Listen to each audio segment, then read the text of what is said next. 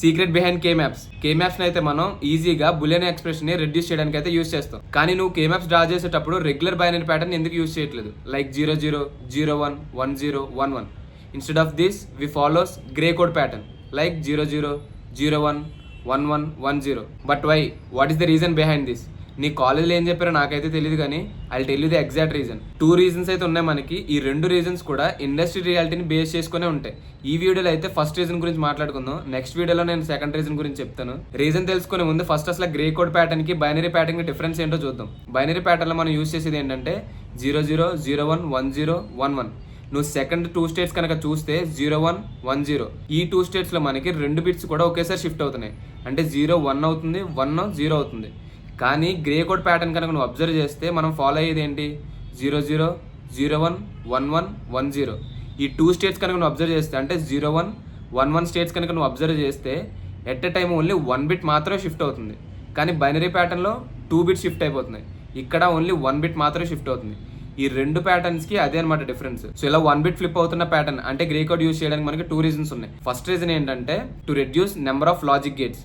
మ్యాథమెటికల్గా మనం ప్రూవ్ చేద్దాం. రీజన్ 1 అయితే మనం ఇప్పుడు మ్యాథమెటికల్గా ప్రూవ్ చేసేద్దాం. ఇది గ్రే కోడ్ ప్యాటర్న్ యూస్ చేసి సాల్వ్ చేస్తున్నాను, ఇది బైనరీ ప్యాటర్న్ యూస్ చేసి సాల్వ్ చేస్తున్నాను. లాస్ట్కి రిజల్ట్ ఎలా వస్తుందో మనం చూద్దాం. ఇది నేను తీసుకున్న Boolean equation y = a bar b bar c plus a bar bc. ఇప్పుడు ఈ కే మ్యాప్ యూస్ చేసి సాల్వ్ చేస్తే ఏమవుతుందంటే a bar b bar c. So ఇక్కడ 1 వస్తుంది, a బార్ bc ఇక్కడ 1 వస్తుంది. సో ఇప్పుడు ఈ రెండు మనం పేర్ చేయొచ్చు. పేర్ చేస్తే మనకు అవుట్పుట్ ఏం మిగులుతుంది? y = a బార్ సి. ఇక్కడ ఏమొస్తుంది మనకి? ఈ ఈక్వేషన్ మనం సేమ్ ఈ బైనరీ ప్యాటర్న్ యూస్ చేసి ఫాలో అయితే a bar b bar c ఇక్కడ 1 వస్తుంది. Next a bar b c ఇక్కడ 1 వస్తుంది. సో మనం ఇక్కడ ఎటువంటి పేర్ చేయలేం. సో ఈ equation remains same as it ఈస్గా. మళ్ళీ a bar b bar c plus a bar bc as it ఈస్గా మళ్ళీ మనకు అదే ఈక్వేషన్ వస్తుంది. ఈ ఫైనల్ ఈక్వేషన్స్ కనుక మనం లాజిక్ డయాగ్రామ్ డ్రా చేస్తే ఇలా వస్తాయి 2. సో ఫస్ట్ ఇది a బార్ c. సో ఏకి నాట్ గేట్ అండ్ సి 2 కలిపి ఒక AND గేట్కి ఇస్తే సరిపోద్ది.